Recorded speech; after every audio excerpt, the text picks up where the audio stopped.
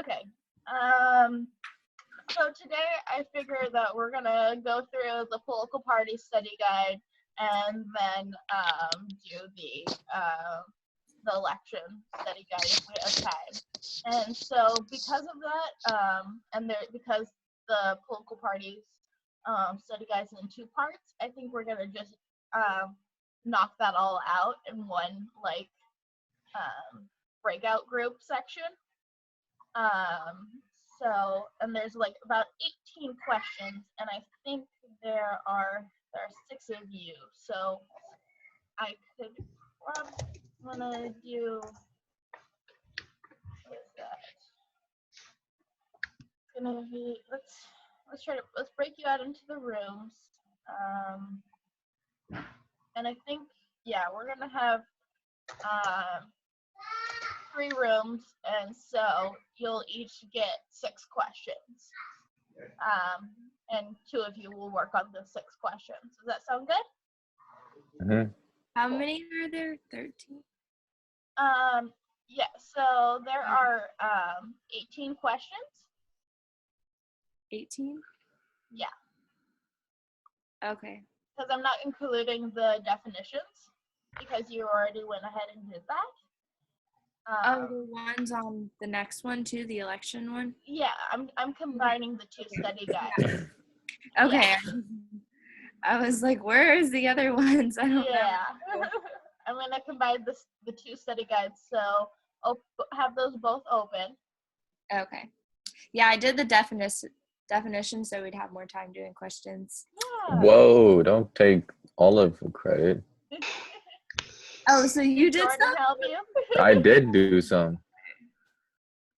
No, you didn't. Yeah, I did the first 8. No, this is a different one. For the political parties. No, political parties. Yeah, I did the first 8. All right, let's create the rooms. Okay. Oh wait, I thought So go to political party study. I think you're talking about the wrong thing. I'm looking at elections. Yeah, we're not going to do elections until we finish, because we haven't done political parties yet. Okay. Yeah, Well, I did the election ones. Wherever. Now I gotta find Okay. Trying to confuse the whole class. I know. I'm sorry, everyone. Oh, and I was saying something. Okay. So because it's midterm, we're past the halfway point of the semester and everything. In the SI classes, we do a thing called midterm meetup. So where you guys have a one-on-one little 10-minute interview with me, and we talk about how you guys are doing in class and everything, and I show you how to calculate your final grade. Oh, sweet. This class? Mm-hmm. You get a grade in this class? No, for our criminal class. For one. Oh my gosh. Yeah. Oh my goodness. This is credit or no credit. So, yeah, and so I figure that we can do that next week, next Thursday. And so I have to figure out if I can give control of the recording to another one of you, so that I could have you each come into a little breakout room with me, and then that way we don't stall the whole class for the meetings. But if not, then I'll probably just have you on Thursday come in at certain times, because I think I'll make a little sign up sheet on the Google Docs of 10-minute increments, and then you guys would sign up for those increments, and then you would show up on Zoom and talk to me during that time. Does that make sense? Mm-hmm. Okay. So I will draw that up tonight after our class, and then we can do that. But yeah. All right. I wanted to mention that and get that out there before I forgot, because I forgot to mention it last Thursday. So yeah. All right. So breakout room 1 is gonna be Amber and Andrea, and so you guys are gonna do 17, 18, 19, 20, 21, and that's 5, and then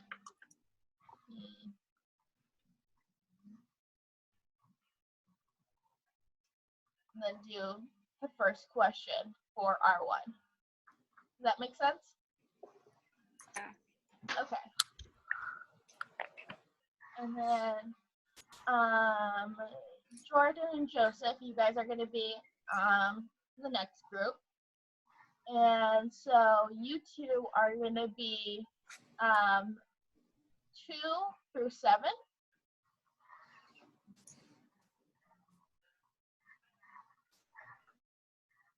And then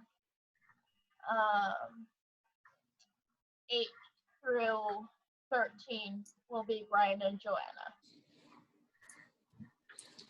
Which one are we on? Political what? Political parties. And so Jordan and Joseph, you only really need to open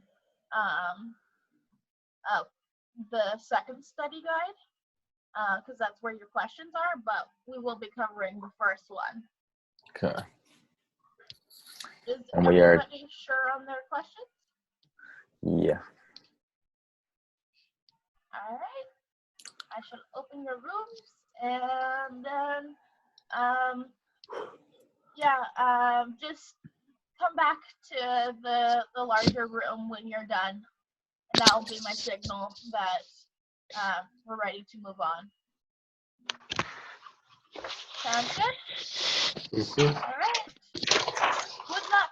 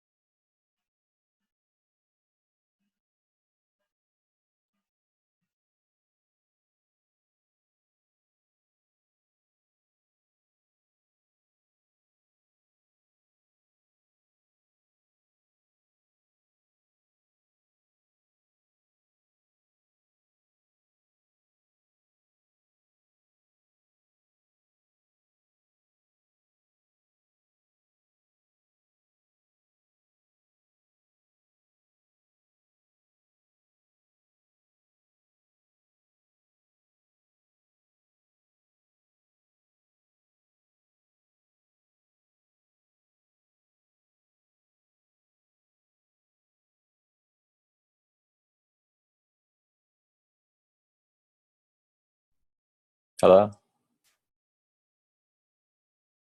Hi, sorry, I was muted. Oh, who's my partner? Joseph, I think he Oh. might be having technical difficulty. Oh, wait, here he is. Gotcha.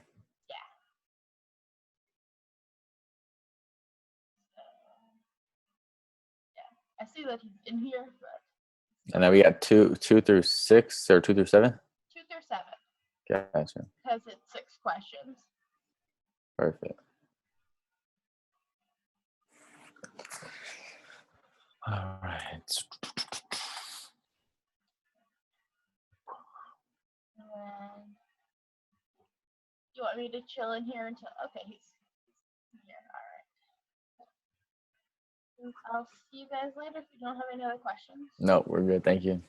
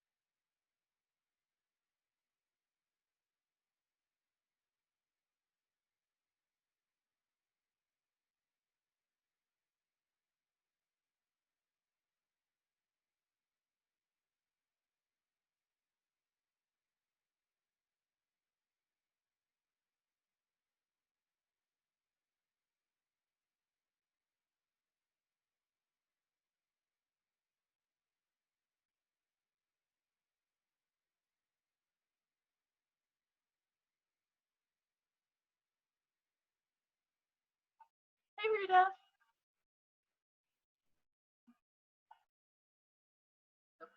There we go. Hey, Rita. I am going to assign you to breakout room 3, and they'll show you how they're breaking down the material. Sounds good? Okay. Oh, also, Vivian, I don't think she's coming to work, to class today because she's having a fever. Oh, poor thing. Yeah. Just have her send me the notes then. Okay. And also, with the notes, I would send you the notes, but then, on the day when I when I didn't come to class last Wednesday, I got into like a fire accident, so both of my hands got 2nd-degree burned. Oh So, my god. yeah. You poor thing. How are you? Are you okay?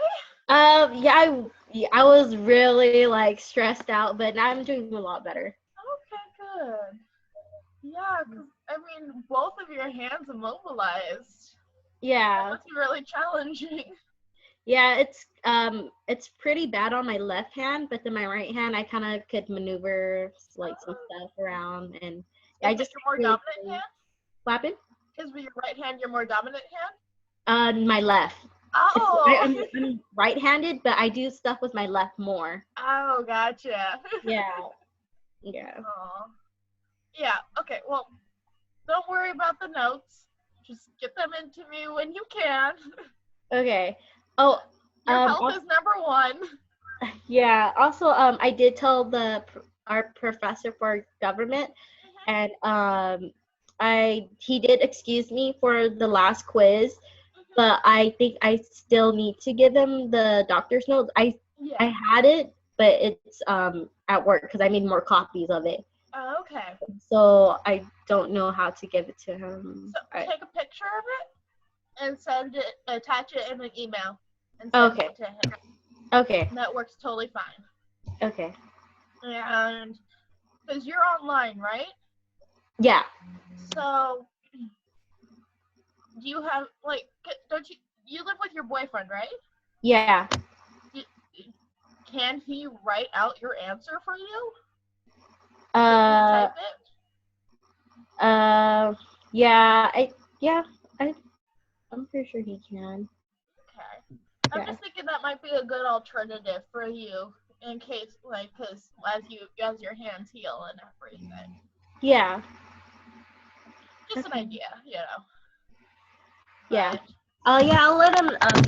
Yeah. I'll probably have him do that instead. sounds good. And then we could talk more about if you need help, adapting and stuff like that. After class. Okay. Yeah. But if not, then you're totally free to go, whatnot. Yeah. But I think it's important to get you. Oh, Brian, are you done? Yep, I got to head out. So thank you Oh, guys, yeah. and I will read the study guide tonight. All right. Thank you so much. Yep. See ya. See ya. Bye-bye. All right. So I'm gonna assign you to breakout room 3, and you can help Joanna. Okay? Okay. Okay. Because we should be reconvening soon. But I think there's a couple more questions left.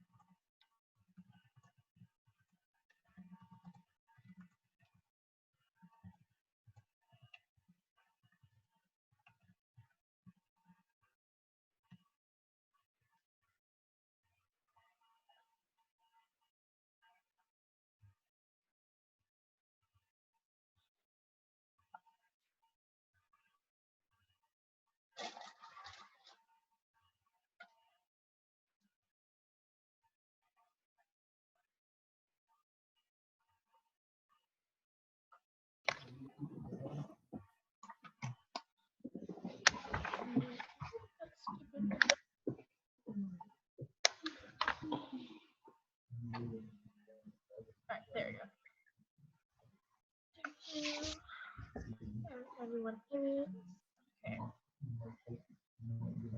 Yeah, I know that some of them are still finishing up their answers, but I was like, okay, it's 6:30. We gotta get going. So much content. So little time.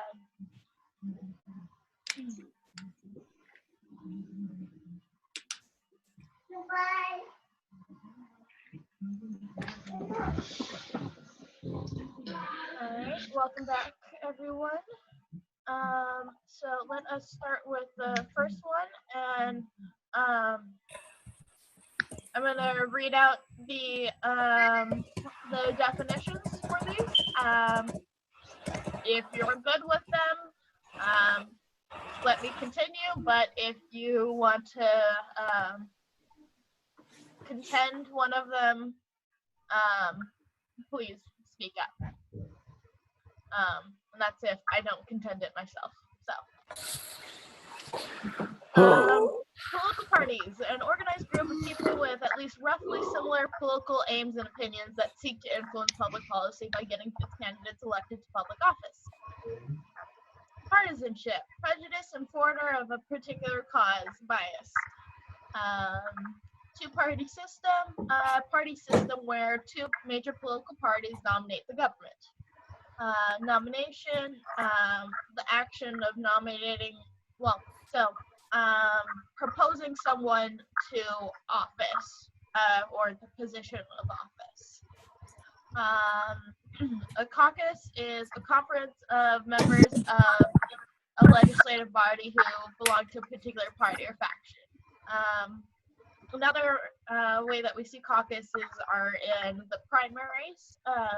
And so instead of having a primary election where you can have a blanket system where those not the party could vote in a primary, caucus instead is different in the fact that it is all purely party members and it's done in one location rather than statewide.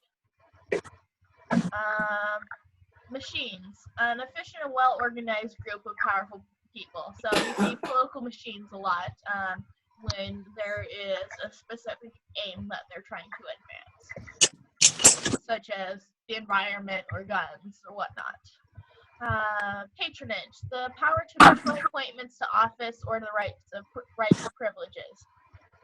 So to give political patronage to someone would be to, oh hey, I'm the president now, so you're my buddy, so I'm gonna put you in this cabinet position. And by giving you this cabinet position, you too are now more powerful. So you owe me one. Scratch my back, I'll scratch your back, you scratch mine.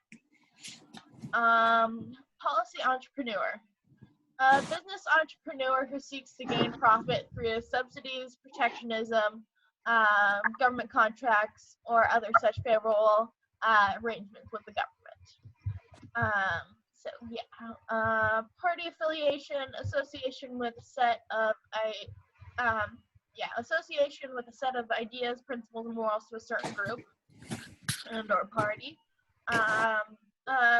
Party that in our two-party system that isn't the Democratic or the Republican Party, as Amber said, such as the Green Party.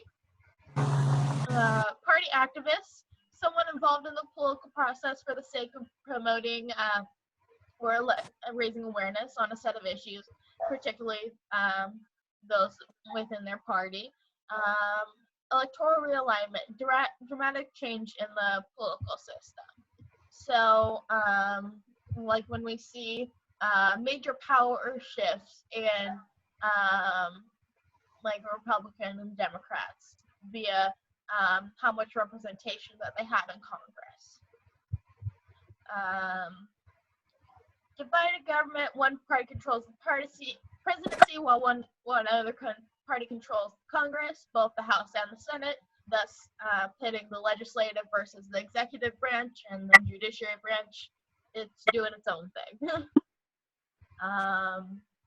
And then we have party polarization, which is very similar to partisanship. an individual's stance on an issue is strictly defined by their identification with a certain political party. They're just like, I don't know about this issue, but my party it has this stance, so I'm gonna go with the party. Those are party hardliners, and they contribute to party polarization. Multi-party system. Multiple political parties across the spectrum run for political elections. So instead of just having the general election being mainly between just two parties, the Republicans and the Democrats, we have a multi-party system where even though those two are the more likely to earn office, we do allow for third parties to participate. De-alignment, a large portion of electorate abandon their previous affiliation without developing one to replace it. So, yeah, one can kind of see that as far as labor union workers who were part of the Democratic Party are now kind of have been disadvantaged by kind of what has happened in the last years. So they are trying to find somewhere who is actually responsible for that because they feel like the Democratic Party has changed. All right, so 17. Now it's time for you guys to answer.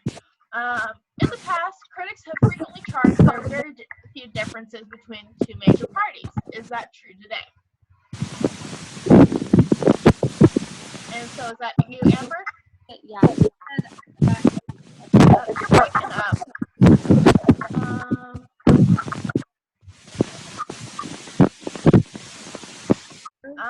I can't hear you at all. Could maybe somebody try muting their feed if they have it going on right now? Because it seems like I'm gonna mute you and unmute you.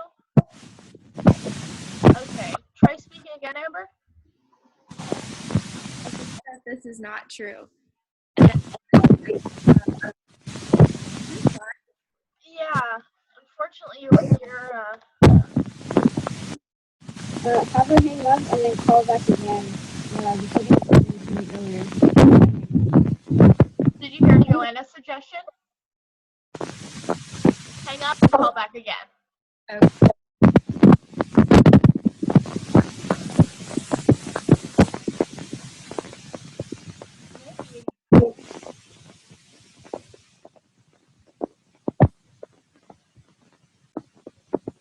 Is it actually my side?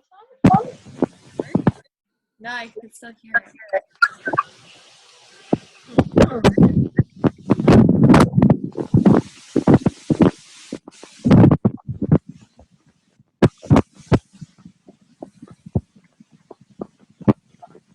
Because I'm not crazy. You guys hear this too, right? Yeah. Yeah, I'm not too sure what's going on.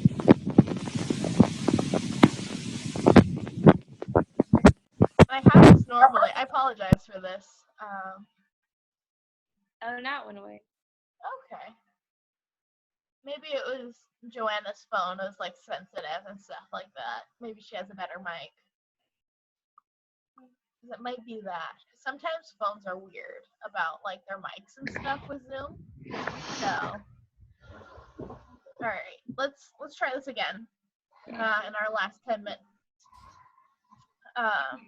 So I said that I think that this is not true, and then I gave the differences between the Republicans and Democrats. Well, not like all of them, but I gave like most of them. Do you want me to read them or? Well, shoot, because we have a limited amount of time. I really want to talk about the stories that people tell themselves. And that is, I believe, R4.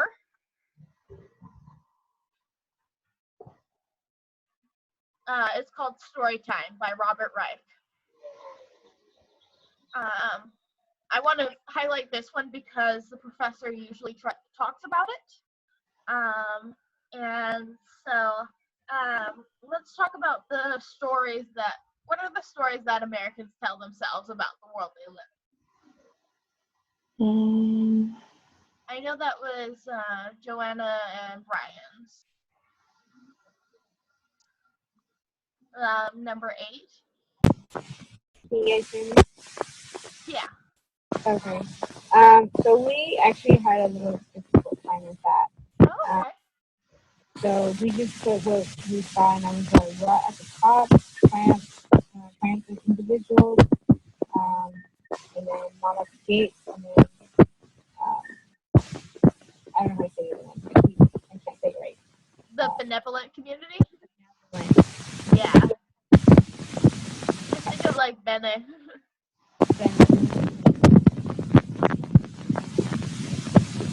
And so, could you actually mute yourself again? Okay. Yeah. And so, as you said, you guys kind of had some troubles with this. So, how about we talk out these stories? Because I'm assuming a couple of other of you have read this article as well. Am I correct in assuming this? Yeah? Not? Okay. So right at the top, can somebody explain what that is?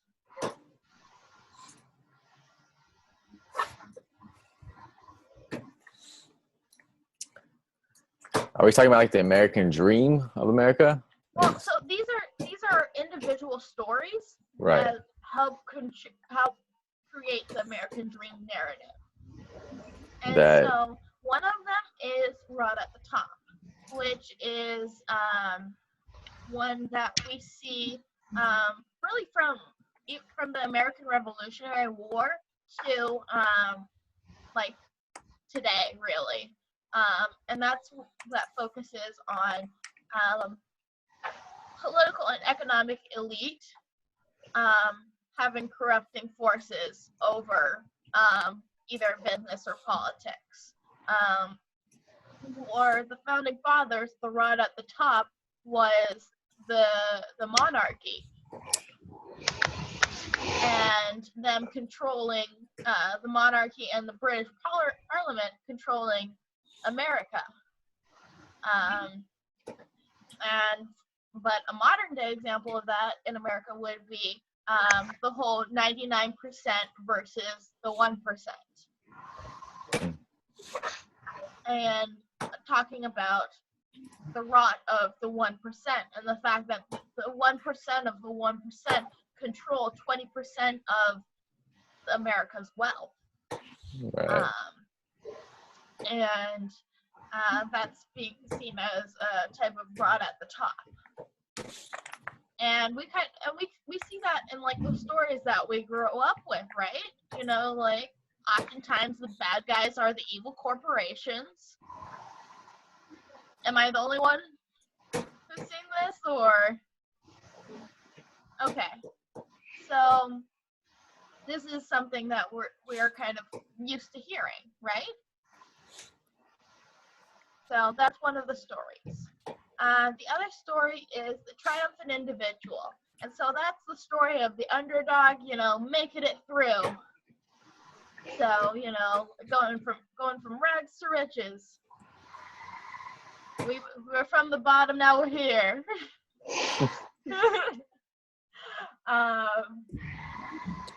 So yeah, and that one you see, and it's kind of like that whole manifest destiny, like pull yourself up by your own bootstraps and go make your way in the West. Go take away people's lands. Sorry. Bad humor. Sorry.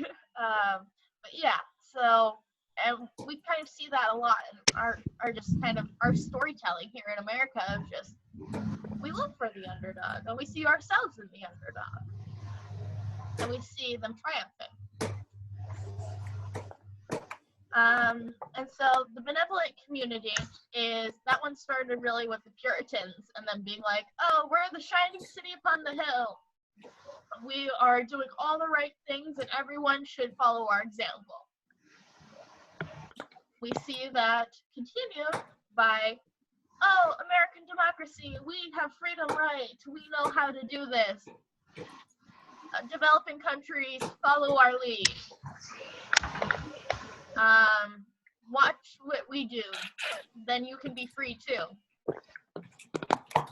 And then we have the mob at the gates, which are, well, as Donald Trump would say it, Mexicans trying to come over across the wall. He sees those as the mob at the gates, who are trying to come into our benevolent community and take away the great things that we have. Not to think that, oh, maybe we could share, but that's kind of how that story is portrayed as well. So that fear from the outside. So do all of these, do these make sense to you, or am I just rambling? Makes a little sense. I'm not too keen on it. Can you explain your feelings? So like the question 8, according to Robert, what does the stories do America tell themselves and about the world they live in? So the stories are just those stories down there and talking about them? Yeah.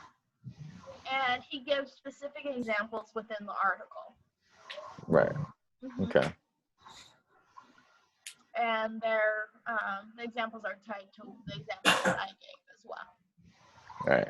But he does it in a way that he compares the way that Republicans and Democrats use these stories in their speeches. Okay. And then does the concept of the story help us understand the types of arguments that our political leaders make? Yes, they do.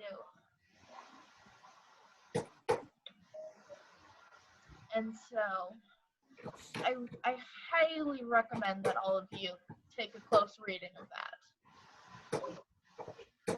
Will do. Okay, and then let's pull up, I'm going to pull up the election study guide, because we just have 1 minute, but I want to at least kind of talk about it with you.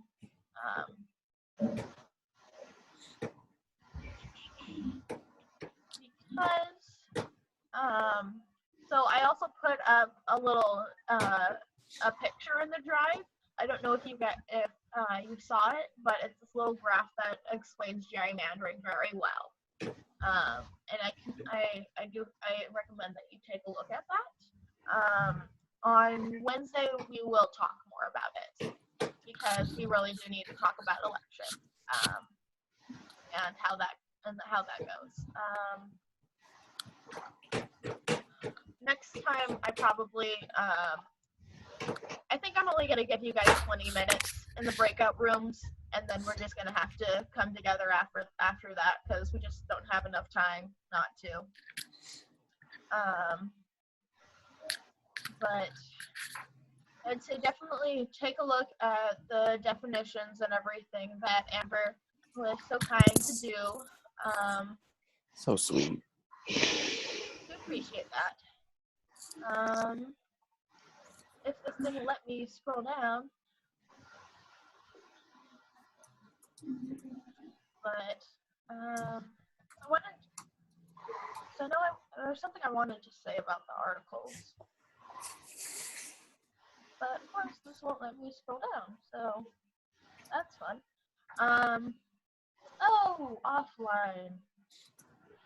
Great. Can you at least hear me? With that? Okay, so I'm offline. Did I just cut out for that second? No, we can hear you. Okay, because it's saying I'm offline right now. But yeah. I mean, definitely take a look at each other's answers on the political party study guide. I'm sorry that we didn't get to it. But next time I'll manage our time better. But yes, I would say for the election study guide, I'm gonna put up a video that I'm gonna in their little YouTube link page. I'm gonna put up a video that has to do with that reading, and it's only, I think it's like 9 minutes or so. Watch that, and I think that will really help you be prepared for that section of our topics. But yeah, I do feel bad that I feel bad. I don't know, like we went from being able to cover everything to rushing, so somehow missed something. Gonna definitely correct that though. But so I will put that up there, and you can get that on your own. Does anybody have any other questions that they'd like to ask before I let you go? No? Okay. Then you are all free to leave. I'll see you tomorrow or on Wednesday. Have a good day. All right. You too. Bye. Thank you. Bye.